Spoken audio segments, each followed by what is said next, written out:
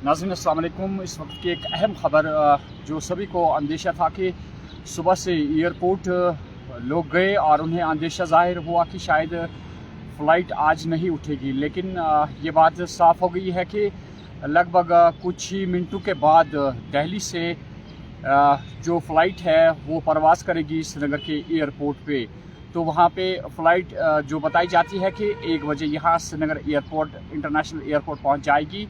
अभी जो हमारे पास इतला है कि एयर स्पेस की 1 और इंडियन एयरलाइंस की 2 उड़ानें जो है वो वर्दी जाएगी यहाँ श्रीनगर से भी।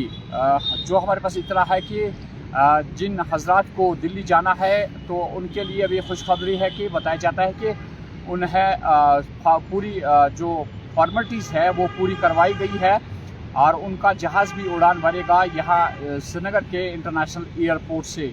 ये इस वक्त की बड़ी ख़बर है जो हम आप तक पहुँचाना चाहते हैं। हाजी साहिबान के लिए भी जो इतलात पहले ही है कि कल से हाजी साहिबान की जो उड़ान है वो भी भर दी जाएगी।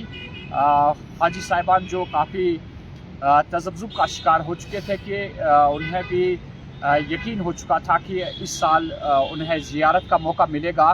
तो बहरहाल हम कह सकते हैं कि उनकी दुआ भी कबूल हो गई और उम्मीद की जाती है कि कल उनकी उड़ान भी भर दी जाएगी। 2 उड़ानें कल उनकी होंगी। ये हमारे पास हज कमेटी की जानिब से इतला मौसूल हुई है। अभी जब यहाँ दिल्ली से यहाँ पे पहली उड़ान पहुँच जाएगी तो लगभग उन लोगों को भी राहत की सांस मिलेगी जो यहाँ वादी कश्मीर पहुँच जाएंगे। वो भी शायद काफ़ी इंतज़ार में होंगे कि कब वो श्रीनगर पहुँच जाएँ। अभी ये भी हम आपको बताते चले कि लगभग 1 हफ्ते तक जो हवाई उड़ान है वो नहीं भरी जा सकी थी, जिसकी वजह से लोगों को काफ़ी परेशानियां लाहक हुई थी। लेकिन अब अल्लाह का शुक्र है कि लगता है कि हालात जो आहिस्ता आहिस्ता है अपनी पटरी पे दोबारा लौट आए हैं।